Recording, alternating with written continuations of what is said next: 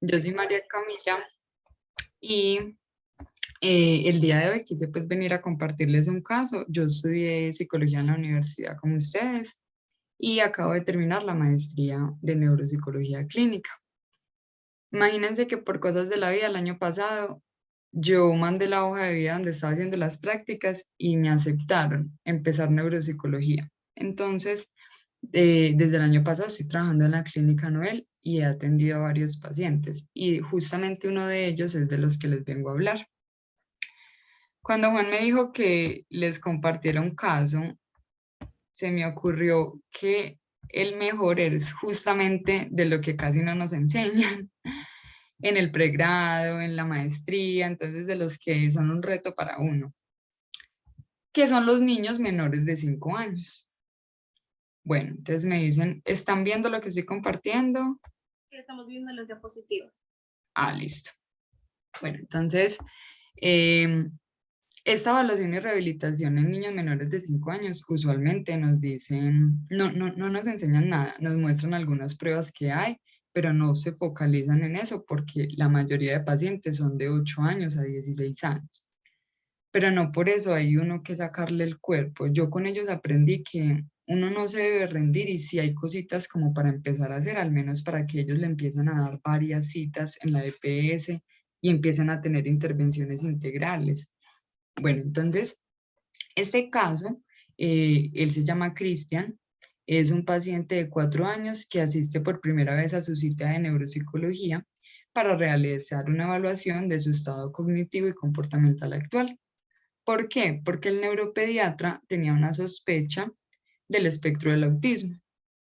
Listo.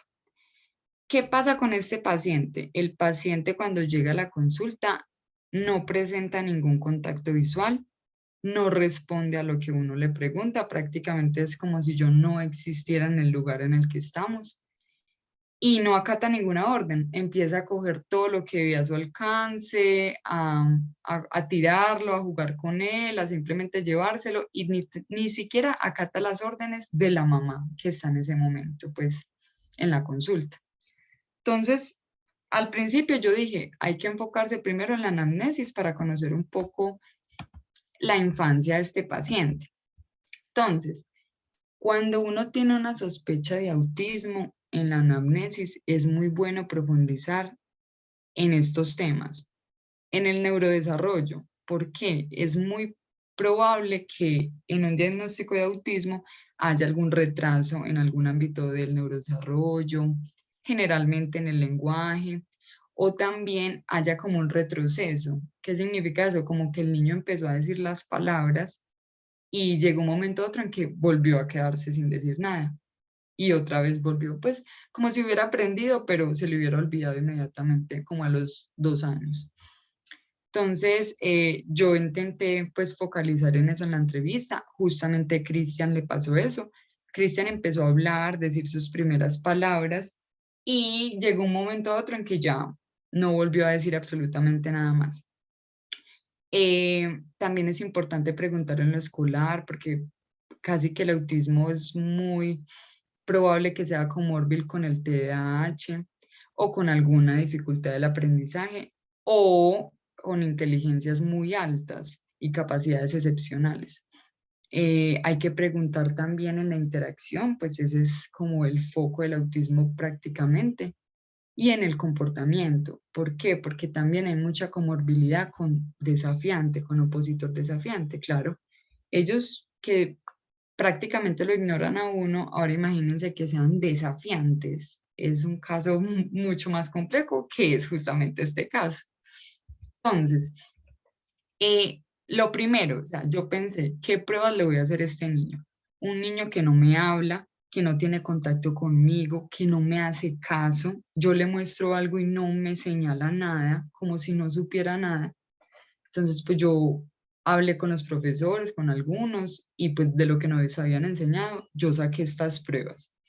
Le hice la escala abreviada del neurodesarrollo. ¿Por qué? Porque ahí nos damos cuenta si hay alguna falencia en lo motor, grueso, fino, en el lenguaje o en la interacción. También le hice el Vineland para saber de sus habilidades adaptativas y de la independencia que tenía el niño. El BASC, porque el BASC a veces arroja puntajes, por ejemplo, de atipicidad y eso nos puede servir como para seguir apoyando ese diagnóstico del autismo. Y busqué dos cuestionarios que fueran de autismo, el GATS y el ADR. No sé por qué se me fue esa cosita y es ADR2. No sé por qué se me fue eso, perdónenme ahí. Pero entonces estos dos cuestionarios se los apliqué a la mamá para conocer si puntuaba el autismo, ¿cierto? Revisar los criterios diagnósticos del DSM-5, eso es muy importante, hacer como un estilo de checklist, preguntarle pues a ella si los cumple o mirarlo tú en el paciente. Y si el caso lo merita y lo permite, que este no era el caso porque él no me hacía nada de caso y no hablaba nada, uno puede realizar de la NI2, puede realizar del WIPSI, porque es desde los 2 años hasta los 6 años, y puede realizar también el Reynolds, que es otra prueba de inteligencia, que también es desde los 3 años hasta los 94 años. Entonces, esas abarca más población. Y muchachos, en realidad cualitativamente uno puede evaluar los procesos cognitivos y poner algún argumento que uno dé. Pues digamos, yo lo que hice fue, digamos, le escondí unos objetos en el consultorio. Le dije a la mamá que me los sostuviera, que él estuviera viendo como que yo estaba escondiendo eso. Y apenas la mamá lo soltó, él empezó a ir a buscar como en los lugares donde yo los había puesto. También para yo saber como si al menos tenía algo de memoria, de atención y copiarlo pues en el informe porque era imposible hacer estas pruebas de la ENI, del WIPSI, era imposible. Bueno, entonces, ¿qué se encontró? Se encontró que había retraso en el desarrollo del lenguaje, retraso en el desarrollo social, retraso en la motricidad fina. Las habilidades adaptativas estaban por debajo de lo esperado, en especial la interacción social y el manejo del tiempo libre. Y los cuestionarios de autismo puntuaron autismo nivel 1. Sin embargo, hay que ser claros en algo, y es que eso es muy relativo al nivel, porque el nivel no se relaciona propiamente con la inteligencia o la capacidad que tenga el niño, sino con los apoyos que él necesita. Si él no se sabe vestir solo, bañar solo, comer solo, es más que todo como con las habilidades adaptativas. Entonces, generalmente un niño chiquito va a necesitar más ayuda, entonces va a ser de un nivel más alto, pero eso puede cambiar en un futuro porque cuando ya sea más independiente, pues se le baja el nivel, se le vuelve a hacer otra evaluación y queda pues en nivel 1, que es el más funcional. Él cumplía con los criterios diagnósticos, los dos más como grandes del autismo es que tenga dificultades en su comunicación verbal y que tenga intereses restringidos y repetitivos, y él cumplía pues con estos ítems. Y le apliqué un checklist de opositor desafiante porque él ni a la mamá le hacía caso, entonces sí me interesaba saber si él era como un poquito desafiante y en realidad sí, sí puntuó para ser desafiante, entonces yo le puse también esa comorbilidad. Bueno, cuando Cristian llegó a mí, ¿qué características tenía el paciente? Él no tenía atención conjunta. ¿Ustedes saben qué es la atención conjunta? De pronto alguien sabe acá. Pues como poder centrarse en dos estímulos al mismo tiempo. Y también como trabajar con uno mismo, o sea, como con el otro, como en grupo, construir algo juntos, jugar algo juntos, súper bien. Tampoco miraba los ojos, nunca me miraba los ojos para nada y presentaba mucha ecolalia, pero solo repetía las cosas que la mamá decía, no las que yo le decía. Él hacía caso omiso a las órdenes, solo atendía algunas órdenes de la mamá y muy pocas. Quería destruir y desarmar todo lo que cogía, o sea, él se creía mecánico porque quería literal destruirlo todo, todo. Y los carritos de juguete que yo le daba como para saber él cómo jugaba con ellos, lo único que hacía era destruirlos. Y solo quería trabajar con las figuras de los números. Cada vez que llegaba al consultorio, él sabía que había en un cajón donde estaban esos números. Después de eso, hasta en las citas me tocó llevar una bolsa, meter todas las cosas que había en los cajones como para saber si yo lograba en una cita que él no se fuera a distraer con nada, pero él siempre encontraba algo para no prestarme atención y empezar a hacer otra cosa. Cero tolerancia a la frustración, si algo no le daba inmediatamente, pues se enojaba y solamente quería coger, o sea, era muy agresivo tanto con la madre como también con una figura de autoridad. Como que cuando uno lo regañaba o le decía algo, es sin mirarlo a uno, todo lo que hacía era destruir más lo que estaba haciendo. Entonces, en realidad yo me sentía horrible. Yo decía, ¿yo qué voy a hacer con este caso? Porque pues este niño no hace nada de caso, no me hace nada a mí, no sé qué voy a hacer si después llega una rehabilitación con un caso así. Entonces, ¿qué fue el diagnóstico que le puse? Puse que tenía trastorno del espectro autista, nivel 2, porque como es chiquito, él necesita más apoyos. Entonces, por eso le puse nivel 2. Así los cuestionarios me hayan dicho que él puntuaba en nivel 1. Le puse trastorno opositor desafiante y las recomendaciones, lo ideal para ellos es una terapia súper integral de todos, ocupacional, fonoaudiología, neuropsicología y psicología, especialmente por ese opositor desafiante, porque yo necesitaba como que la psicóloga trabajara mucho con la mamá, pautas de crianza. Bueno, ¿cómo les parece que la mamá no quiso llevarlo a la psicóloga? Porque la psicóloga le dijo que ella solamente iba a trabajar con ella porque le iba a enseñar pautas de crianza y ella dijo que le parecía una bobada eso. Súper triste eso y súper triste una realidad que está pasando acá en el país y por eso les digo, no abandonemos a estos niños menores de 5 años y no nos rindamos, al menos démosles un poquito de apoyo. Él iba a la terapia ocupacional, iba a la terapia de fonoaudiología y lo sacaban a los 10 minutos, que porque él no hacía nada y una mamá perdiendo un pasaje que no tiene tanto dinero, entonces lo sacaban inmediatamente. Bueno, yo les confieso que yo también me quería deshacer de ese paciente porque yo no sabía qué hacer, entonces yo le di de alta en la clínica Noel, le mandé rehabilitación y le dije, ojalá te vaya muy bien, cualquier cosa me escribes. Bueno, a la semana me escribió que ella no iba a hacer rehabilitación en ningún lugar, que ella no quería ir a fonoaudiología más, a ocupacional, que ella quería que yo fuera a la casa de ella a darle terapias al niño, o sea, rehabilitarlo. Yo casi me enloquezco. Pero me imaginé, bueno, ¿qué vamos a hacer con este paciente? Lo primero primordial era que yo quería que él consiguiera, que él me siguiera instrucciones y atención conjunta, o sea, que él pueda compartir conmigo una actividad, que pueda hacer algo conmigo. Entonces ese era mi foco, lograr eso pues en Cristian. Intenté de todo, le llevaba un montón de juguetes, un montón de cosas para hacer diferentes cosas, no me rendía, se lo decía 1000 veces y lo tenía que decir como hazlo, hazlo, hazlo. ¿Y cuáles son las características de Cristian ahora? No son muchas, créanme que la rehabilitación es un proceso largo, miren que llevo un año conmigo en rehabilitación y solamente hemos logrado estas cosas, pero me parece que es un avance.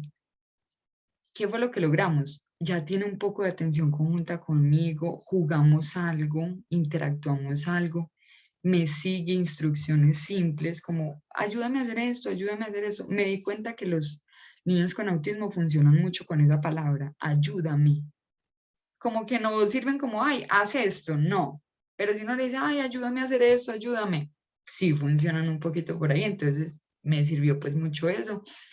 Me mira a los ojos, se queda mirándome un montón de tiempo, eso es increíble. Me responde algunas preguntas, pero pues como con palabras. O me empieza a decir como puras palabras de lo que vio en toda la semana, que vio a Pepa, que vio a Macha y el oso, entonces empieza a nombrar todo lo que nombran en esas caricaturas. Y lo más lindo de todo, muchachos, que a mí me parece que es un avance muy grande, es que me dice, hola, doctora Camila. O sea, ya sabe quién soy yo. Me dijo la otra vez como, chao, nos vemos el otro jueves. O sea, sabe que voy los jueves. Entonces, hemos logrado como cierta relación. ¿Qué sirve eso? O sea, yo digo, que un niño me siga instrucciones a mí, diferente a su familia, eso le ayuda a él a reconocer los roles, que hay terapeutas, hay profesores o hay personas que tienen autoridad que uno les tiene que hacer caso. Entonces eso le va a ayudar pues mucho a él en un futuro, o eso espero pues siguiendo trabajando con él. Y les quería compartir estas 3 cositas ya por último, como que he hecho con él en la rehabilitación.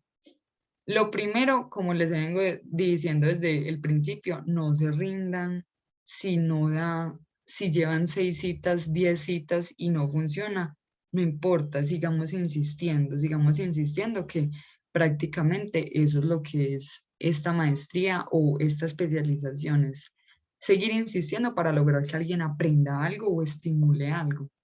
Entonces, otro tip, ponerse al mismo nivel del paciente. Vi que no me funcionaba, yo estar muy alejada de él y decirle, haz las cosas, tal cosa, no. Entonces, por ejemplo, ¿qué hice? Lo cogí, lo abracé literal.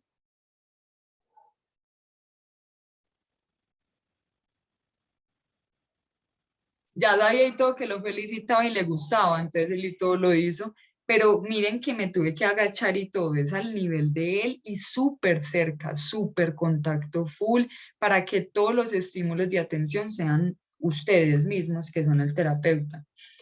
El otro tip, flexibilizarse. O sea, yo tenía que entender que a Chris le gustaban ciertas actividades y no podía pretender que solo hiciéramos una actividad que era la que yo quería. Y buscar más maneras de expresar lo que yo quería decirle. Por ejemplo, me di cuenta, una vez yo le decía, muéstrame el papá, y no me hacía nada. En cambio, le cambié la palabra y ahí sí lo logró. Entonces es intentar cambiar las palabras, no quedarnos como, si no hacia la primera es porque no sabe. No, flexibilicemos nosotros, intentemos otra manera de decirlo, a ver si lo logra. Que esa fue en esta.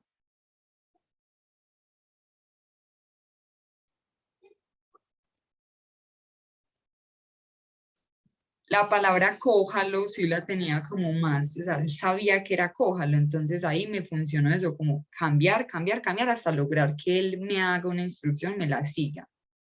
Y los dos últimos, ser creativos. Eso me lo enseñó un profesor y un asesor y me dijo, si a él solo le gustan los números, no creas que con los números solo se puede trabajar matemáticas. No, con los números se puede trabajar memoria, atención, lenguaje, funciones ejecutivas. O sea, uno con una actividad puede ingeniarse la manera de trabajar lo que sea. Memoria, escondiendo esos números. Atención, mira, mostrame el 2, mostrame el 3, rastreo visual. Entonces, uno en realidad con una sola actividad puede trabajar muchos procesos. Entonces, ser creativos, eso es como súper importante para este trabajo. Y lo último, por medio del juego yo me uno con él. Que él no me quiera hacer algo de lápiz y papel, que no me quiera hacer algo de esfuerzo cognitivo, bueno, pues intentemos con el juego. Él está jugando y está diciendo, ay, en el taxi, yo, ay, sí, montémonos en el taxi, yo intento metérmele siempre en su juego, en el que él intente interactuar conmigo y que tengamos esa atención conjunta al menos jugando. Entonces esos fueron como los tips que yo dije, quiero compartírselos de lo que me ha ayudado con Cristian, pues este paciente. Eh, bueno, ya, gracias. Aquí les dejo pues mi contacto si necesitan algo y lo que quieran preguntar en este momento, bien pueda lo que quieran decir. Pues primero, gracias por contarnos el caso. Justo se adecua, se relaciona con lo que yo quisiera hacer cuando me gradué. Y te iba a preguntar que si intentaste algunas cosas como digamos de un poquito condicionamiento, pues, o sea, por ejemplo, felicitarlos y se relaciona mucho como con reforzar la actividad que se está haciendo, que haya puesto cuidado, pero no sé si y pues me pregunto si intentaste otras formas como de aplicar ese refuerzo. Pues en realidad yo intenté eso como que lo manejaran en la casa. Les enseñé toda una economía de fichas para que en la casa él intentara identificar que era un refuerzo, que era un castigo cuando se comportaba mal. ¿Qué es lo que pasa? Yo siento que es una familia que no me colabora mucho. Y en consulta intenté reforzarlo y castigarlo con carita triste. Entonces yo imprimí una carita feliz grande y una carita triste grande. Entonces, cuando él hacía un comportamiento que no me gustaba, yo sacaba la carita, no, no, mira esta carita. Y él y todo como que se reía con malicia, sabía que era lo que estaba pasando. Y cuando lograba hacer algo que yo quería, sí intentaba felicitarlo. Entonces, le intentaba llevar regalitos y todo, pero es súper difícil, Cristian, porque no le gusta nada que no le lleve. Solo le gusta la arena mágica. Entonces, si yo le llevaba arena mágica, lográbamos un refuerzo, pero si no, él no sentía pues que otra cosa fuera un refuerzo, entonces por eso era difícil. Pero es súper bueno ese aporte porque me sirve para seguir utilizando eso en terapia con él. Ver más el condicionamiento, pues porque eso es educar el comportamiento y que él no sea tan desafiante. Súper Sí, chévere. también te iba a preguntar que si Sí. esas herramientas de condicionamiento pueden trabajar, pueden funcionar un poquito más con alguien que, pues digamos, con un tipo de trastornos del neurodesarrollo como el autismo, que pues me imagino que es difícil que el niño de pronto exprese o vea las cosas como un refuerzo o como algo negativo. Y pues sí, como que digamos, ya lo social no es tan de tanto aprendizaje como si lo es las cosas que le gustan. Pues en realidad sí, yo creo que sí es muy bueno el condicionamiento y más con este tipo de casos porque ellos son muy llevados de su parecer, ellos siempre quieren hacer lo que quieren. Entonces uno sí tiene que empezar como a condicionarlos bastante y eso, encontrar qué es lo que le gusta para saber con qué lo refuerzo, encontrar qué no le gusta para saber qué castigo le haré o cómo le haré sentir que eso no está bien hecho, pero súper chévere ese aporte. Listo, gracias. A ti.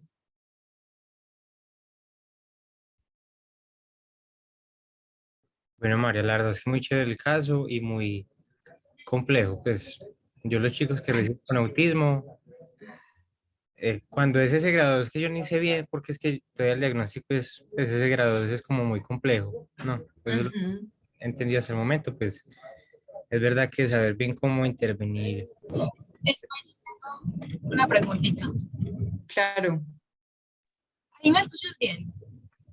sí, ya en ese momento Bueno, sí.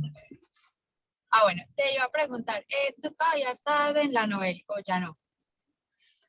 Pues Trabajando. imagínate que estoy en mi último mes. Estoy terminando los últimos 4 pacientes porque la Nobel decidió cerrar el servicio de neuropsicología tristemente.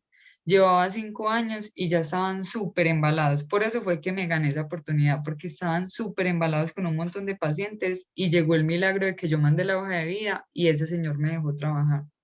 Pero ya terminó Ah, que el servicio.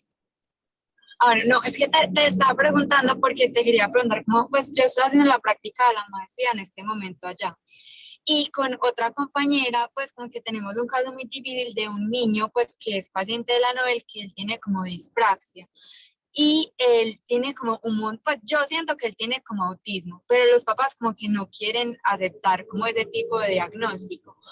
Pero Sí. digamos que para él ha sido muy difícil como, digamos, como la relación con otros niños en el colegio, porque él no, pues él no tiene nada de cognición social, o sea, la relación con él es súper difícil, entonces te quería como preguntar si tenías como algún tip como para uno empezarle, es un niño, él tiene 9, como para trabajar con él un poquito esa parte como de cognición social, sobre todo como en las relaciones como con los otros, pues te doy un ejemplo, digamos, de esta semana él unos niños estaba jugando con los niños y ellos le dijeron que no se querían ensuciar, pues que no querían ir a la cancha de fútbol del colegio porque no se querían ensuciar.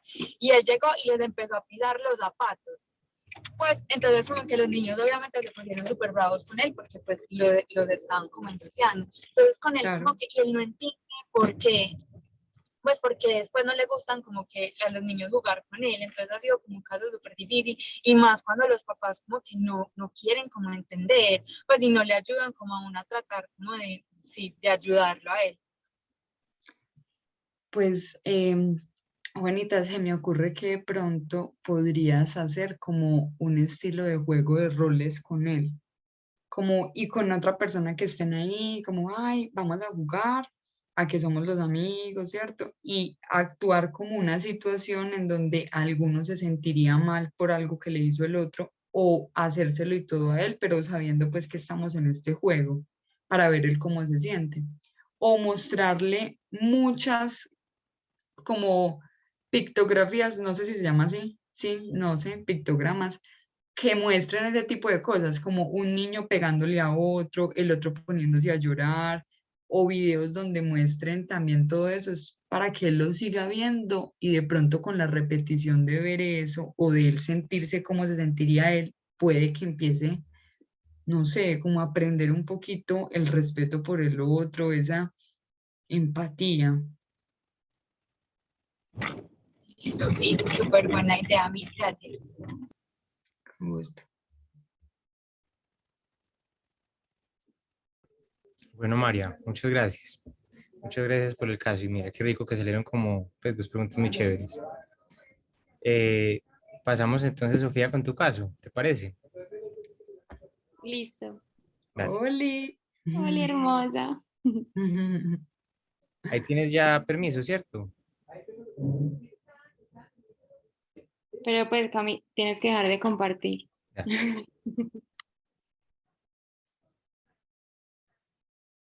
Bueno, hola a todos, yo soy Sofía Campuzano, también estudiante de la maestría, y yo vine hace como un mes más o menos, no Sí, sé, bonito, sí. sí, y les traje un caso súper complejo, entonces voy a terminarles de contar el caso porque quedamos como empezados. No sé si hay gente que no estuvo cuando yo presenté, entonces voy a darles como la historia clínica así súper por encima.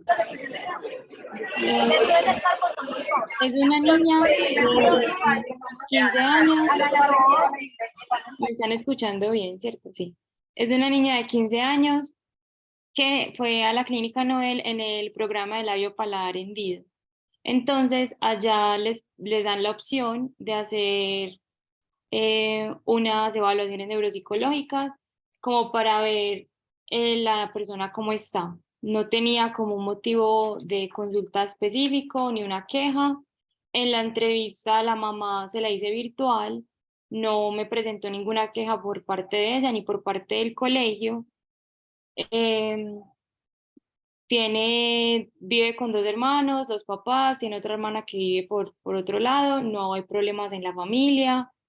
Como les digo, actualmente no hay ninguna queja. La mamá refería que al principio de año había bullying, pero que ella hablaba con el profesor y ya se calmaba la cosa. Y que ya la niña estaba muy tranquila, entonces que ella creía que ya no había más bullying en el colegio.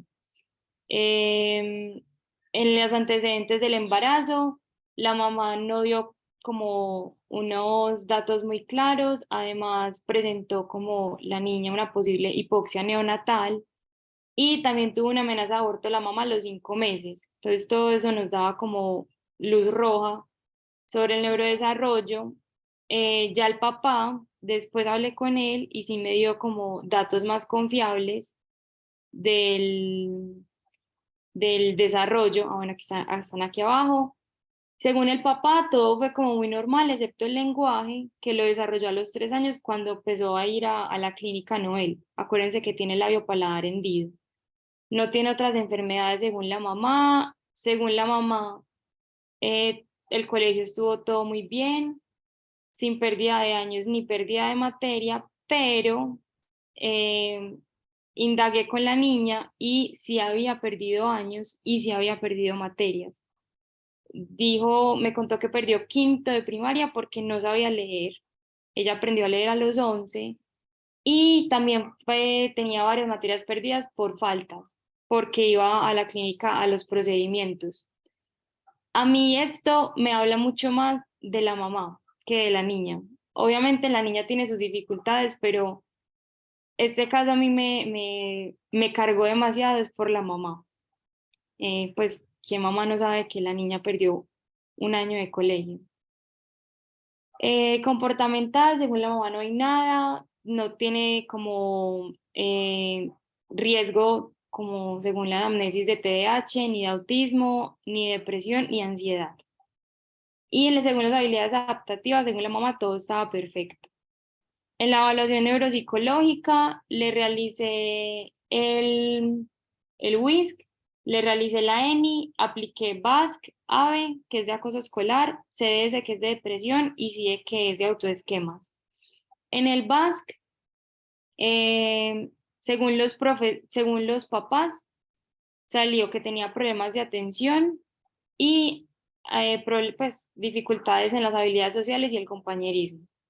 Según los maestros, le salió lo mismo, tenía problemas de atención, dificultades en compañerismo y además atipicidad.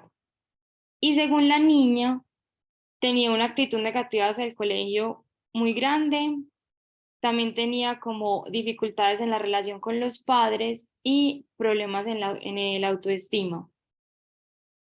Ustedes, según lo que les he contado hasta ahora, ¿este caso a qué les suena? Pues, ¿qué sensación les da? Negligencia. ¿Qué más? Pues sí, como digamos que los problemas sociales la están afectando de pronto, no sé si ansiedad o algo. Ujú. Muchísimo, o sea, esto es algo, yo digo, y más ahorita que les cuente cómo le fue en las pruebas y la conclusión que llegué, es demasiado emocional, o sea, es una niña que no tiene un ambiente seguro en el colegio, pues una actitud negativa hacia el colegio de 95, donde además también tiene una actitud maluca con los papás según esto, y uno se pone a ver y uno dice, pucha, es que al ver la mamá uno dice, "Pues, con toda razón, o sea, ¿cómo la mamá no va a saber que perdí un año? Pues, o sea, no, a mí no me entra, yo digo indignada. Y también de pronto es como o no sabe o no quiere hablar y su posición frente al que haya perdido un año o materias es muy negativa y eso también va a impactar a la niña. Exactamente, totalmente de acuerdo, aunque yo ya les voy a contar por qué yo no lo logro ver así objetivamente. Yo ya tengo mi subjetividad ahí metida, ya les voy a contar, pero tienes toda la razón. Bueno, como Cami dijo una deficiencia, pues sí, el CI le salió en 70, por lo tanto tiene un CI bajo. Eso, como les expliqué la vez pasada, ya nos da el primer criterio de discapacidad. Entonces aquí ya hay como que aplicar una escala de habilidades adaptativas, que eso lo habíamos visto la vez pasada. Le terminé de aplicar la ENI, le salió buenas habilidades construccionales, en memoria le fue muy bien, excepto en estas dos, de reconocimiento verbal auditivo y recuperación de una historia. En recuperación de una historia hay que tener presente que es una memoria muy ligada también a lo narrativo. Y ella tenía labio paladar hendido y desarrolló el lenguaje a los 3 años. Entonces ya van a haber fallas ahí. En habilidades perceptuales todo promedio, todo bien. El lenguaje tenía dificultades en repetición de no palabras y oraciones. Y en la expresión, en la coherencia narrativa y en la longitud de la expresión, lo cual tiene como concordancia con lo que les explicaba ahorita de la memoria narrativa. En lectura le salió inferior palabras con error en la lectura en voz alta, se equivocó en varias, más que todo como omisiones, en comprensión de oraciones y en la velocidad, muy lenta, según esto para su edad. En la escritura le salió todo súper mal, pues, o sea, muy mal, tiene muchas fallas de ortografía, lo cual uno dice para una niña de 15 años preocupa, porque digamos que la ENI castiga mucho a veces las mayúsculas, pero uno dice, bueno, es un niño de 8 o 7 años, uno como que, está aprendiendo, listo, pero una niña de 15 ya debería de tener esa habilidad. Y hay cuando yo leí el texto de ella, el de la copia de un texto escrito y la recuperación, yo dije dislexia total. O sea, tenía demasiadas translocaciones, tenía demasiadas omisiones, comisiones. Era un caso de dislexia pues de libro. Pero yo le pedí los cuadernos y en los cuadernos todo estaba perfecto. Obviamente sí tenía fallas de ortografía, como todos tienen, pues todos tenemos, y muchas fallas en mayúsculas y minúsculas, pero no había ni un signo de dislexia. Entonces, conversando pues como con la psicóloga de la Noel, también hay algo que se relaciona mucho con lo que ahorita estábamos hablando de lo emocional y es ella, qué tanto, o sea, qué qué tan cómoda se siente al estar siendo evaluada. Si ella sabe que yo la estoy evaluando, que yo le estoy tomando el tiempo, si ella tiene una actitud negativa hacia el colegio, por X o Y motivo, entonces ella cómo se sentirá cuando yo le aplique las pruebas y eso cómo se refleja a tú estar escribiendo normal, a cuando tú estás escribiendo contrarreloj. Entonces, como que todo eso es importante uno pensarlo para ponerlo en el informe y tampoco castigarla ya mucho, sino dar como opciones y posibles explicaciones porque uno no se puede quedar con un puntaje, sino que uno tiene que ver absolutamente todo el contexto y coger todos los elementos. En aritmética pasó algo muy parecido, miren cómo le fue de mal, le fue extremadamente mal y fue como muy, no sé cómo decirlo, pero fue como impactante porque yo le pregunté a ella, ¿cuál es su materia favorita? Y me dijo que matemáticas. Y en este momento están viendo diferenciales, están viendo ecuaciones y cosas que ni idea. Y en el cuaderno ella no tenía, ella lo hacía todo bien. Entonces, como que, ¿por qué en la prueba te va tan mal en cosas tan básicas si ya estás en un nivel mucho más avanzado y te va bien y supuestamente te gusta?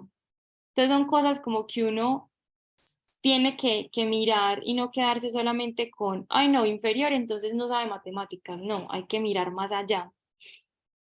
En atención hubo problemas, pues tuvo dificultades en la cancelación de dibujos y de letras, pero yo no la veo tanto como una falla atencional porque cuando ustedes ven la ENI, primero esa prueba evalúa como, o sea, uno ve la cantidad de errores y también la cantidad de elementos tachados.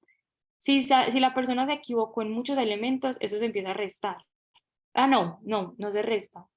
Ay, no me acuerdo, pero en fin, eso es algo cualitativo. Y uno ve si la persona se equivocó, si tiene algún problema, y si la persona no se equivocó, sino que hizo muy poquitos, tiene otro problema. O sea, se explica como tiene diferentes procesos ahí involucrados. Y ella no se equivocó en ninguna, en absolutamente nada. No tachó un conejo o una letra que no era, ni, ni dejó de tachar conejos o letras que tenía que tachar. Lo único es que tachó muy poquitos en el tiempo. Entonces uno dice, ¿será problema de atención o será mejor un problema de velocidad de procesamiento? Como que uno indagaría y ahí está el aspecto cualitativo de la prueba. Tanto cuando ya está aplicándola, que yo la veía y estaba concentrada en lo que era, como cuando yo la calificaba y miraba si habían otros tachados o habían unos que no estaban tachados. Entonces aquí a mí me sonaba más velocidad de procesamiento y en el WISC le salió igual bajito velocidad de procesamiento. Entonces se podría explicar también por ahí. En funciones ejecutivas, solamente le salió inferior la parte de la fluidez verbal, pero yo también lo ligo mucho con lo del labio paladar hendido. O sea, si tienes un desarrollo de lenguaje pues atrasado, por así decirlo, de pronto el léxico no es tan grande como si tú empezaste a hablar desde lo que se espera que empieces a hablar. Puede, no sé, todo esto son hipótesis que yo me hago y me hacía. Pero en funciones ejecutivas, vean que le salió todo promedio. O sea, de hecho, ella hizo el Wisconsin en menos ensayos de los que se espera, pues de los que se detienen. En habilidades adaptativas, le salió todo perfecto. Literalmente, ni una bajita, ni un problema en habilidades adaptativas. El cuestionario, yo le dije a la mamá la cita antes que se lo tenía que hacer en persona, pero la mamá ese día la mandó con el hermano. Y el hermano tiene 20 años y no estoy mal. Claramente no puedo hacer este cuestionario con el hermano. Otra razón por la que yo digo, qué mamá tan horrible. Ay, yo aquí haciendo juicios de valor, perdón, pero bueno, soy humana. Porque pues si yo te escribo y te digo, pues necesito que vayas porque te tengo que hacer un cuestionario que no se demora, tu esposo y no va, es como, no sé, también habla mucho de la mamá. Pero se lo hice virtual, entonces casi no me contesta. Ah, bueno, el BASC de padres nunca me lo entregó, nunca me lo entregó. me mandó foto después. Entonces también habla de la mamá. En fin, todo le salió promedio, entonces no tiene discapacidad, no presenta pues como el otro requisito y además las funciones ejecutivas le salieron bien. Y eso, las funciones ejecutivas están comenzando a ser como un tercer criterio según la investigación, porque la mayor, pues sí, una persona con discapacidad no tiene funciones ejecutivas esperadas. Entonces tiene buenas funciones ejecutivas, tiene buenas habilidades, no hay discapacidad. Yo les había contado ya que en el cuestionario de depresión le salió todo normal excepto total positivo, es decir, que tiene ausencia de elementos positivos en su vida y eso también puede suponer manifestaciones de depresión. En el AVE, que es el cuestionario de violencia y acoso, no me acuerdo si se los mostré, creo que no, pero como pueden ver, le salió muy alto todo. Es decir, que hay un acoso constatado según el cuestionario y además, pues con una alta intensidad, y además ya tiene manifestaciones clínicas en ella. O sea, si ustedes ven las escalas de manifestaciones clínicas, todo le salió alto y muy alto estrés postraumático y autoimagen negativo.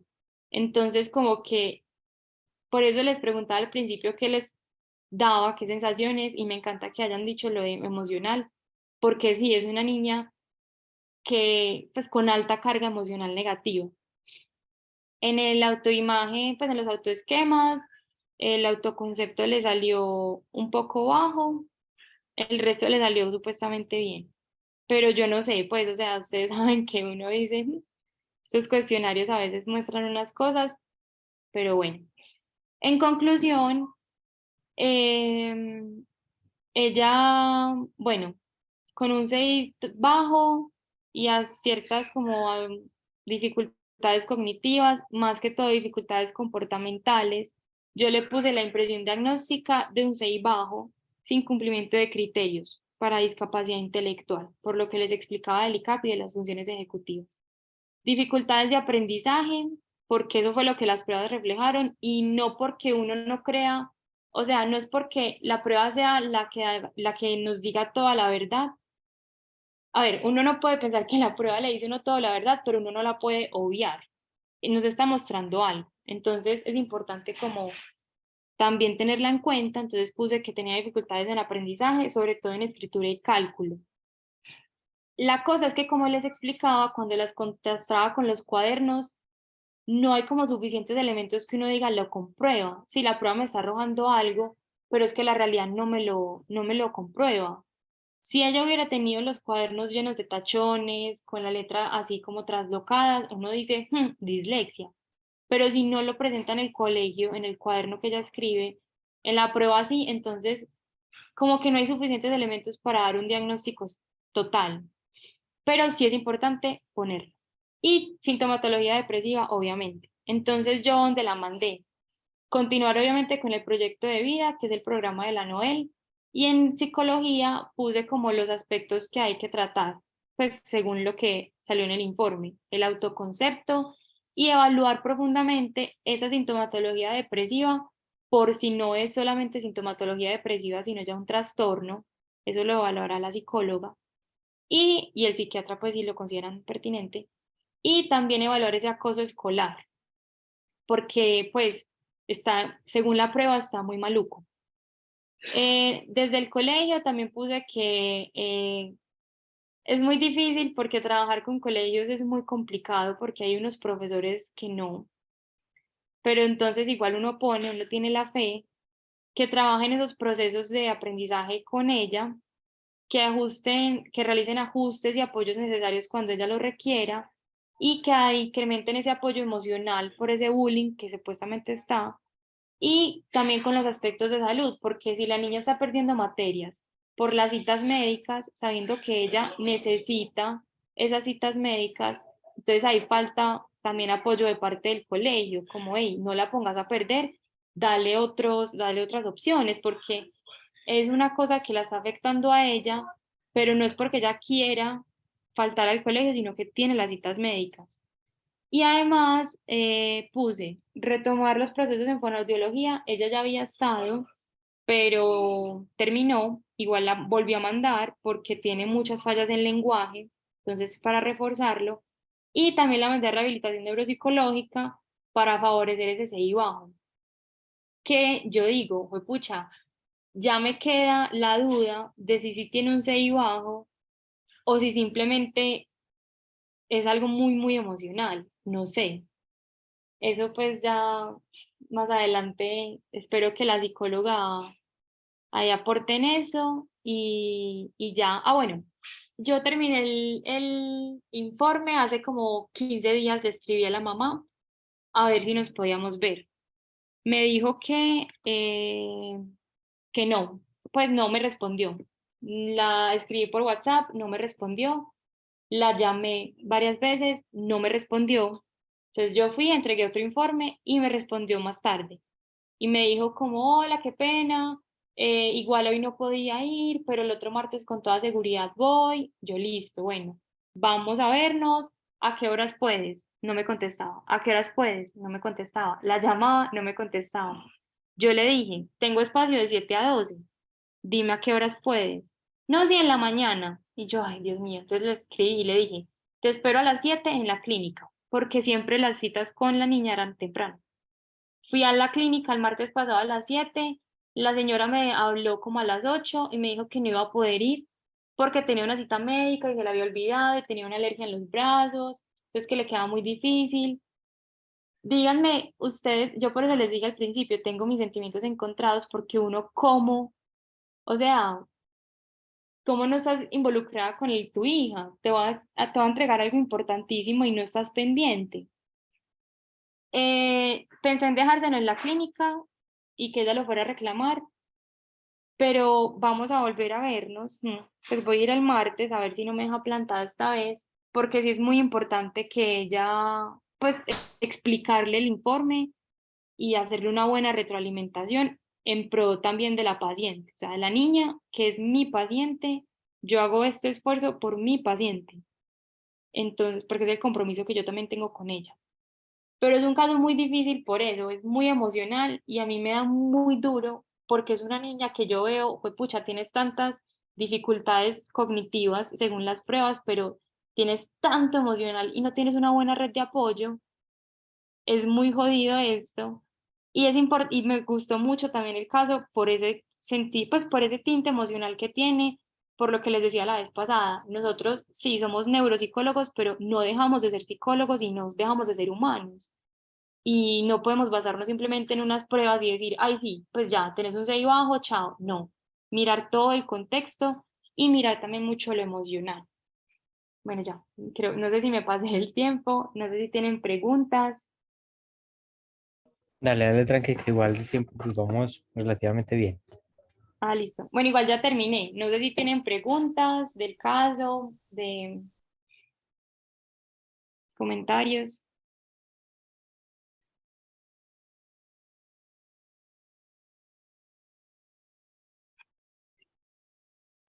No, pues parece que no, pero súper chévere que nos sigas compartiendo los casos. La vez pasada sí quedamos como ahí pendientes de, pues, de que nos estabas compartiendo, pero me dijo Sí, que pues, ya puedo expandir más. sí, ya pudimos hacer el cierre. Ahora sí. Sí. No, listo, cualquier cosa a la orden, pues lo que necesiten también estoy disponible siempre. Eh, nada, muchas gracias. Muchas gracias a ti. Bueno, Ricardo, ¿y nos escuchas? Sí, Juan, acá lo estoy escuchando. Listo, dame un momento, yo te doy el permiso para... ¿Vas a presentar desde ese que estás hablando? Sí, no, desde el otro. Y Espérate, confirma los dos. habilitame los dos de una vez, más fácil. Listo, ya están. Listo. Bueno, bueno, ¿cómo están? ¿Cómo van? Eh, Algunos ya me conocen, saben que soy Ricardo Montoya, soy de tercer semestre de la maestría eh, y estoy haciendo, ya culmino la práctica este semestre en la Clínica del Norte y actualmente pues también trabajo haciendo neuro en la IPC del CES de Sabaneta. Hoy principalmente vengo a traerles pues un caso de la clínica, un caso de la práctica. Si algunos no saben, allá está enfocado principalmente en adultos y las dos poblaciones que cubrimos desde la evaluación neuro es todo el tema de demencias y epilepsia, ¿cierto? Son los dos temas que se manejan allá. Entonces hoy quise traerles un caso pues para que revisemos, ¿cierto? Para que podamos revisar, para que vayamos discutiendo. Me pueden interrumpir en cualquier momento y me pueden ir preguntando, pueden ir aportando, pues la idea es que esto sea una, yo lo evalué, pero es que esto sea una construcción de todos, pues. Entonces tenemos una paciente que tiene 63 años, nació y vive en Bello actualmente, estudia hasta quinto de primaria, estos datos pues son muy importantes, ¿cierto? La escolaridad, digamos que su trabajo siempre fue ser ama de casa, llega con una sobrina y es remitida pues por una de las epileptólogas de la clínica. Entonces se evaluó el 19 de agosto de este año y ella tiene un tipo de epilepsia que se llama postraumática. ¿Postraumática en qué sentido? Que ella tuvo un trauma de cráneo grave por un accidente de tránsito en el 88, ¿cierto? Cuando ella tenía 29 años. A partir de eso, digamos que se genera una lesión dentro del cerebro que lo que hace es que esa lesión se vuelve una cicatriz, lo que llaman las malasias, y esa cicatriz comienza a generar una actividad eléctrica anormal, que es lo que causaría la epilepsia, ¿cierto? Eso es como el mecanismo de lesión que se genera ahí. Entonces, se indagan sobre otras posibles consecuencias asociadas al trauma de cráneo, no mencionan ninguna, siempre es importante preguntar qué podía hacer antes que ella no sabía hacer y las funciones cognitivas perdidas en un trauma de cráneo. Ella tiene un aura, es decir, algo que le avisa cuando le da la crisis y es que le da como un ataque de pánico y como si tuviera que gritar. Ya en la crisis en sí, que es la parte de episodio ictal, la parte ictal es la manifestación de la crisis, hace unas vocalizaciones, unos gritos y tiene una generalización tónico-clónica secundaria. ¿Qué significa esto? Que posterior a los gritos hace como la crisis común, la crisis que muchos conocemos, y es que pone la postura tónica, que significa ponerse muy rígido en las cuatro extremidades, y adicionalmente hace clonías, que las clonías son estas sacudidas o esos movimientos, ¿cierto? Y cuando se da esas generalizaciones, eso se acompaña de pérdida de conciencia, muchos presentan mordedura de lengua, por eso nunca se recomienda meterle a un paciente que está en una crisis epiléptica la mano a la boca para que no se ahogue, nunca se debe hacer eso, porque la fuerza de la mordedura puede incluso fracturarle uno los dedos. Tiene una pérdida de control de esfínteres y una desviación cefálica, una desviación de la cabeza, pero no hay un lado como específico al que siempre gire, sino que simplemente se da ese movimiento. Y luego de las crisis, ella queda muy somnolienta, queda con mucho sueño, queda muy letárgica, es decir, que queda muy lenta, ¿cierto? Ella puede presentar hasta una crisis cada 20 días, ¿cierto? O cuando una semana le cogen las crisis muy fuerte, digamos que le pueden dar hasta 4 por semana. Ella relata que son de segundos a minutos lo que duran las crisis, pero el problema no es solo la crisis, sino que como posteriormente queda con mucha somnolencia, pues no queda en óptimas condiciones ese día. Entonces, digamos que es algo incapacitante. Desde que ella empezó con epilepsia, el máximo tiempo que ha pasado libre de crisis ha sido 20 días. Entonces, si ustedes ponen a ver, solo 20 días, teniendo en cuenta que lleva desde los 29 años con esto, pues es algo que desgasta mucho, ¿cierto? Gasta mucho a nivel cognitivo, a nivel emocional, a nivel familiar. Adicionalmente, cuando uno comienza a indagar sobre diferentes quejas en la paciente, llama la atención que desde hace 5 años comenzó con unas quejas de memoria progresivas, ¿cierto? De memoria reciente. Entonces empezó olvidando información reciente, se le empezaron a olvidar lo que hablaba con las hijas, empezó a repetir información, a repetir preguntas, se le empezaron a perder cosas, no sabía dónde dejaba las cosas, empezaba a hablar de una cosa y terminaba hablando de otra. empezó a confundir el nombre de las personas que ya conocía, ¿cierto? Entonces empezaron diferentes quejas, principalmente de memoria. Luego de esto, luego de que llevara progresando 2 años, las quejas de memoria empezó con otras quejas cognitivas, ¿cierto? ¿Cuáles eran las otras quejas cognitivas? Empezó con mayores problemas de concentración, empezó muy distraída y decían que ella no era distraída. Empezó con dificultades en las funciones ejecutivas, que es toda la parte de toma de decisiones, planeación, control inhibitorio, organización y manejo del tiempo, etc. Además, fallas, digamos, muy globales en el lenguaje, ¿cierto? De denominación, de expresión, de comprensión. Cuando ustedes hablan con ella da muy pocos sustantivos y muy pocos adjetivos, sino que dice muchas preposiciones, ¿cierto? Mucho a, ante, cabo, todo ese tipo de palabras. Entonces, si ustedes ven, ella dice 20, 30, 40 palabras, pero en realidad no construyó una frase que te diera una información importante, lo que llamamos como un discurso con falta de contenido. Y adicionalmente empezó con una pérdida para el reconocimiento de caras. No sé si alguno recuerda cómo se llama ese tipo de alteración donde empiezan a fallar el reconocimiento de las caras. Prosopagnosia. Muy bien, se llama prosopagnosia.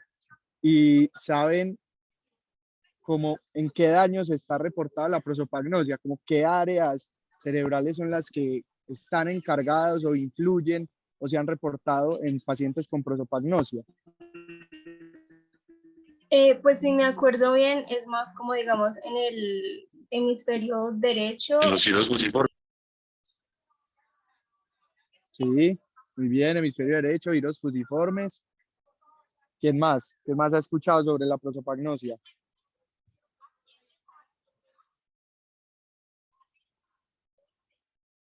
Listo, principalmente es eso. O sea, lo que ustedes dicen es eso, son lesiones generalmente hemisféricas derechas, son el giro fusiforme, o también pueden darse en las conexiones del giro fusiforme con las áreas primarias, ¿cierto? Con las áreas visuales primarias. Entonces, la conexión, digamos, temporo-occipital, ¿cierto? Esos son como los daños en los que se ha reportado pues esa prosopagnosia. Esto llama mucho la atención pues en esta paciente, ¿cierto? Pero sabemos que este no fue el primer síntoma, ¿cierto? Frente al estado de ánimo, a la parte comportamental, siempre ha sido muy lábil emocionalmente. Mencionan que la familia, casi todos son lábiles emocionalmente, ¿cierto? Todos son como unas chispitas, son muy irritables, se ha vuelto inquieta, impaciente, ha presentado apatía, ¿cierto? Dicen que ella tenía una falta de motivación, pero que ahora incluso ha podido aumentar un poco, ¿cierto? Y algo que llama mucho la atención es que pues desde hace un año aproximadamente, cuando se evaluó, imagínense que la sobrina, perdón, me dice que se volvió casi que adicta a la Coca-Cola, pues que se puede tomar una Coca-Cola 3 litros fácilmente ya sola en el día. Y esto no lo hacía antes, ¿cierto? Entonces son ciertos comportamientos que también le van llamando uno la atención, le van hablando también como del bajo control de impulsos que puede estar presentando pues esta paciente. Además mencionan que hace 8 a 9 meses aproximadamente los rasgos de personalidad han aumentado de ella, ¿cierto? Entonces esa labilidad emocional, esa irritabilidad y todas esas cosas que a ella la caracterizaban ahora están aumentadas. Y eso pasa mucho en ciertos procesos que vamos a hablar ahora, porque empiezan a aumentar esos rasgos, ¿cierto? No significa, no siempre tiene que haber un cambio abrupto para yo decir que esa persona se está deteriorando, sino que con la exacerbación de los síntomas, sin una explicación, digamos, ambiental, podríamos estar hablando de que en el cerebro está pasando algo. Ella vive con su hija mayor y con 2 nietos. Ella toma el levetiracetam, lo toma en una dosis muy alta, 3.000 miligramos Es una dosis muy alta para este medicamento. Esto es un antiepiléptico, esto es para las crisis. La carbamazepina también es un antiepiléptico. La indapamina, digamos que es un medicamento que es para enfermedades del corazón, de las arterias, de la tensión. Y amitriptilina es un antidepresivo tricíclico, es decir, que actúa sobre los 3 neurotransmisores principales que son dopamina, serotonina y noradrenalina. Y este es enviado principalmente para manejo de insomnio, en el caso pues de esta paciente. Entonces tenemos una paciente con antecedentes de epilepsia, como ya lo vimos, hipertensión arterial, un trauma de cráneo grave y consumo de cigarrillo. Además, la sobrina me menciona que el consumo de cigarrillo se mantiene y que incluso ha aumentado en los últimos meses también.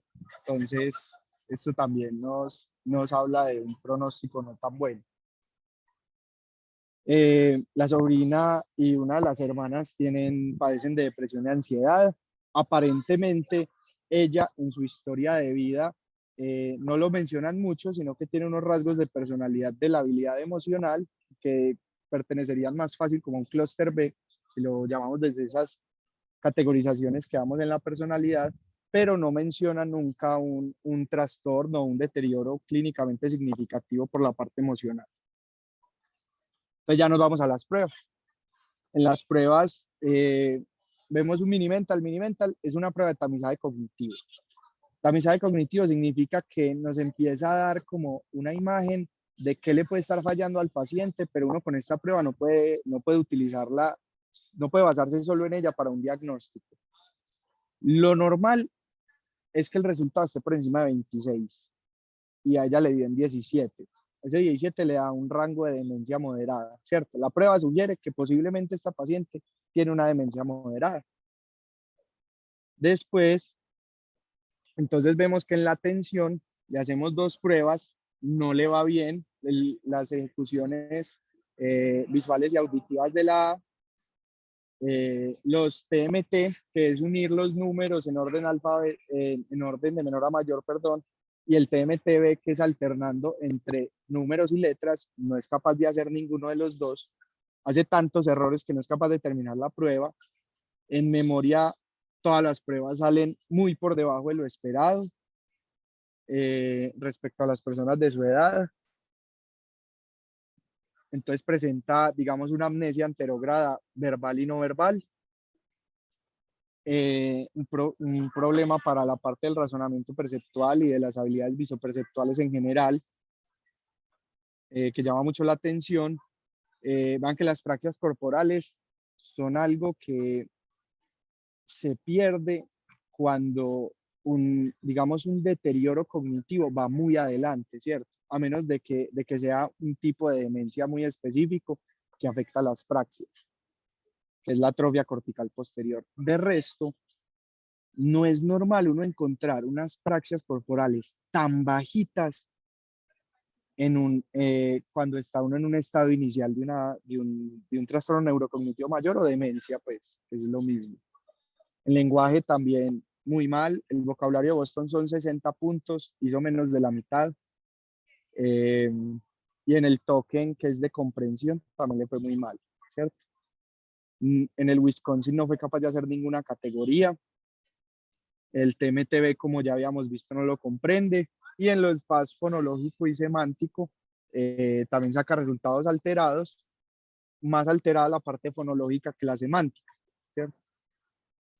En las escalas, pues, donde uno pregunta sobre quejas de memoria, dan como significativas, tanto las que reporta la paciente como las que reporta la sobrina. La sobrina reporta síntomas neuropsiquiátricos en un nivel muy alto, reporta síntomas delirantes, depresivos, alteración en sueño, alimentación, alucinaciones, apatía, indiferencia, concretismo, inatención, logopenia, que es disminución en la producción verbal, apraxia verbal, que es dificultad como para generar esas palabras, ¿cierto? Un problema en la expresión, perseveraciones, una persona muy perseverativa, o sea, muy baja flexibilidad cognitiva, como vimos en la prueba de Wisconsin, que es muy irritable, inquieta y que incluso ha presentado problemas de incontinencia urinaria. No solo, no en los momentos de crisis, sino en los momentos donde no está presentando la crisis, porque dentro de la crisis puede ser normal una pérdida de control de esfínteres, pues. La escala de ansiedad y depresión dieron muy altas, dieron en rango moderado. Las escalas de actividades instrumentales le dieron en 2, y eso significa una dependencia grave. Ahí está manejo del dinero, compras, la parte de ubicación, manejo de medicamentos, poder cocinar, etc. Las actividades básicas también tienen una dependencia, es donde está la parte de vestirse, alimentarse, bañarse, transportarse, etc. Ubicarse. Y la escala global de deterioro, que la utilizamos mucho como para ver en general el paciente en que está en una demencia en estado intermedio, ¿cierto? Entonces digamos que además de que tenemos una epilepsia que no se ha podido controlar, estamos con un trastorno neurocognitivo mayor o una demencia, que es como muchos la hemos llamado. Yo quisiera preguntarles, pues porque creo que el diagnóstico es claro, quisiera preguntarles es principalmente, ¿ustedes qué creen que aportó a que ella estuviera presentando esta demencia? ¿Qué creen ustedes? ¿Qué factores específicos dicen, no, estos son los que la causaron? Pues yo diría la frecuencia de las crisis de epilepsia. Muy bien, ese es uno. ¿Cuál más? Ese es muy bueno, pero hay varios ahí, ¿cierto? Digamos que esta es una multicausal, ¿cierto? Acá tenemos muchos factores de riesgo. ¿Qué otro factor de riesgo tenemos? También la encefalomalacia, pues, o sea, aparte de haber causado las crisis de epilepsia, también, pues, no sé si puede ser un factor un poco causal de la demencia. Sí, correcto. De por sí el trauma de cráneo, pues, genera un factor de riesgo, ¿cierto? De por sí el trauma de cráneo es un factor de riesgo y la consecuencia que es lo que tú dices que es la malacia, pues, o la cicatriz, pues, que queda en el cerebro por el daño que sufre. Bueno, ¿quién cree que algún otro que puede influir ahí? Ya no como causas, sino que pueden influir tanto como en el curso como en el pronóstico de esta paciente.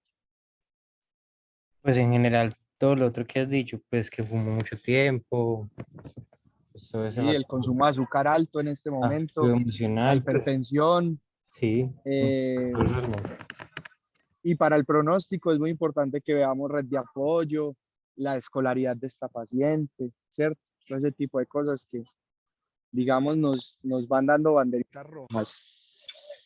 Entonces, acá quiero mostrarles pues como el concepto.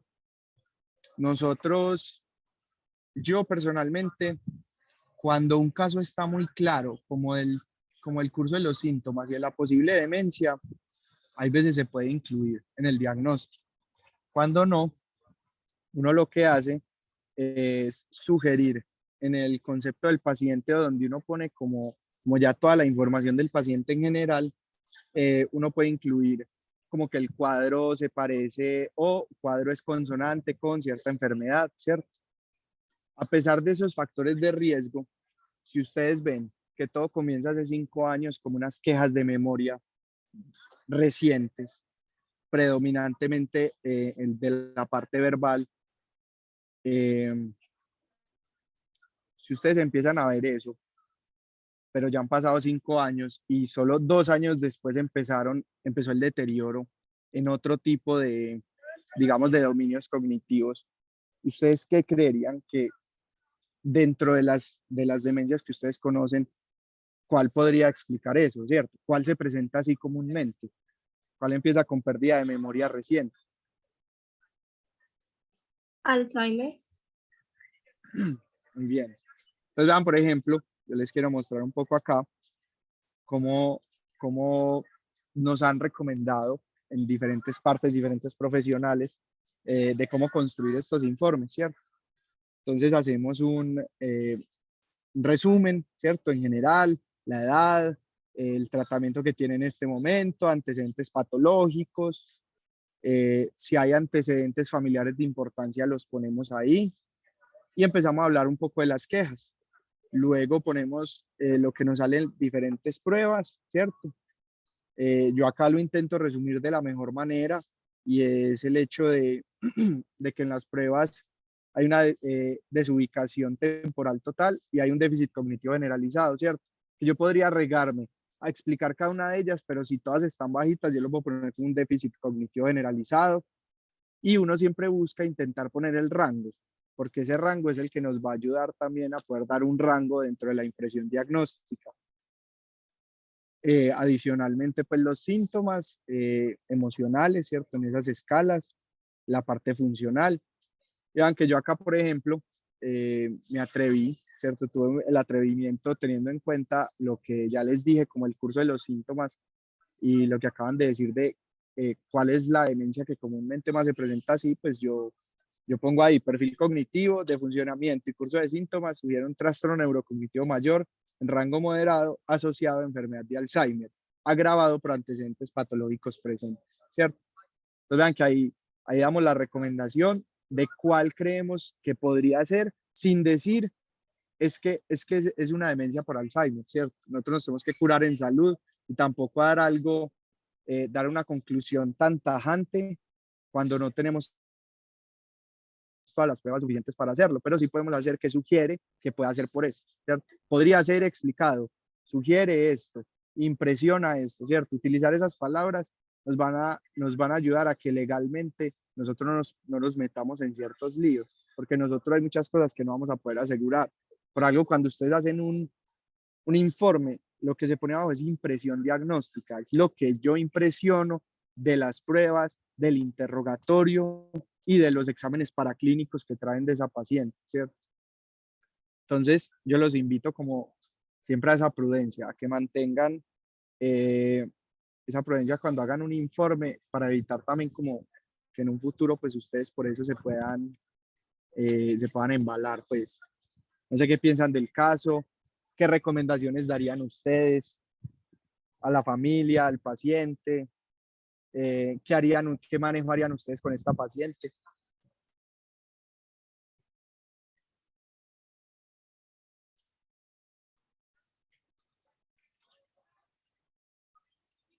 ¿Qué han escuchado que se hace cuando uno tiene una demencia moderada? Rehabilitación y también como trabajar un poquito en la funcionalidad, porque, y también como en la activación de la red de apoyo. Entonces, por ejemplo, intentar controlar los síntomas que se puedan controlar. Entonces, la Coca-Cola, que si eso pues está siendo un factor importante en los procesos cognitivos, pues intentar que se reduzca el, la ingesta de, pues, de cosas así como controlar lo que se pueda controlar. Sí, sí, principalmente es el manejo con la familia. Es una paciente que la verdad, o sea, yo les puedo jurar que ese informe se queda corto para la cantidad de alteraciones que tiene esta paciente. Ustedes la ven y es muy difícil hacer el informe con ella, ¿cierto? Si no es por un familiar, digamos que es muy complejo el proceso de evaluación completo con ella.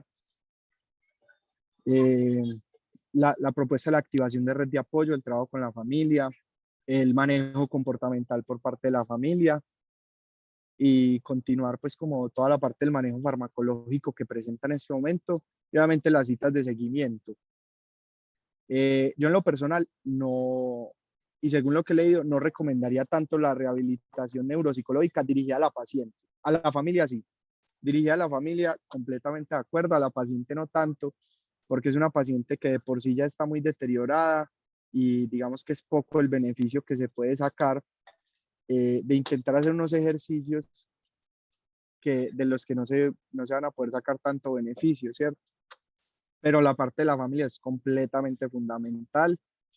Y el manejo, digamos, como de lo que tú dices, de la parte ambiental y de las enfermedades de base, ¿cierto? O sea, seguir en control con neurología, seguir en control con cardiología o medicina interna, pues el que le esté ayudando con la parte de hipertensión arterial, y seguir haciendo pues los exámenes de control e intentar controlar la crisis lo que más se pueda. Ustedes saben pues que yo les he contado que yo estoy en Junta Médica Quirúrgica de Epilepsia y a esta paciente en algún momento se quiso presentar, pero cuando se vio el deterioro que tenía, esto es contraproducente, ¿cierto? Cuando un paciente tiene una demencia o una discapacidad intelectual, es un factor de riesgo. Los resultados, pues aumenta la probabilidad de resultados negativos asociados a la cirugía. Entonces, una paciente de estas, pues lastimosamente se intentará manejar lo más que pueda con medicamentos, pero más allá, por ahora, no tenemos otros tratamientos para proponerle para la epilepsia.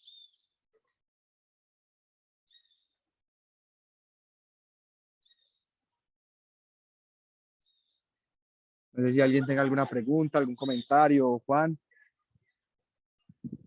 No, pues yo creo que es muy bacano el caso, muy interesante, principalmente porque uno, pues yo creo que en la formación le van separando las cosas. Entonces es demencia o es epilepsia, pero todo va en conjunto. Y mira que este es un caso perfecto para entender eso. Sí, Tiene epilepsia, tiene esa trauma de fue la cráneo, llegó a intención. la demencia, muchos factores de riesgo, muchos factores también ahí afectivos, pues todo es una mezcla.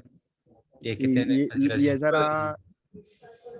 esa era como la intención, Juan, porque es que mira que es un caso que nos reúne epilepsia, TEC, demencia y una posible enfermedad de Alzheimer. Pues como que son demasiadas cosas, pero también es una invitación porque uno muchas veces, cuando usted les va a llegar para hacer un informe, usted les llega con una, digamos, con un motivo de consulta específico, ¿cierto? El paciente candidato a cirugía, al paciente que hay que descartarles y además de la parte emocional tiene un TDAH, si lo que tiene, las dificultades son por un proceso emocional o un proceso neurodegenerativo, ¿cierto?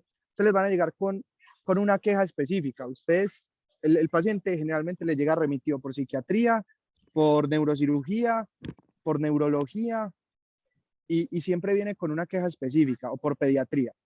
Siempre llega con una queja específica, pero yo invito a que respondan esa pregunta que busca el otro, pero vayan más allá. Si yo me hubiera limitado a la epilepsia, posiblemente no hubiera encontrado muchas cosas que encontré, ¿cierto?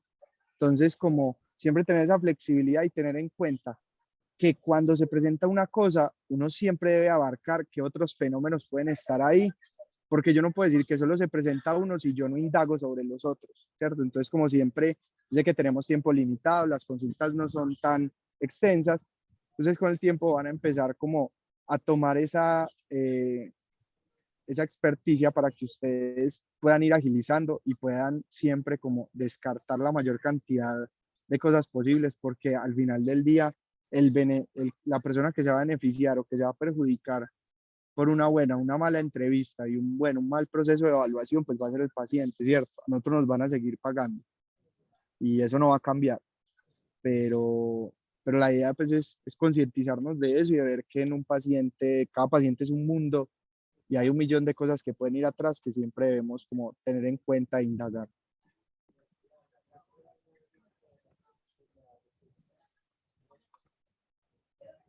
Bueno, Ricardo, yo creo que si ya nadie más va a hacer un aporte, agradecerte otra vez por estar en este espacio y pues por apoyarnos con todo esto.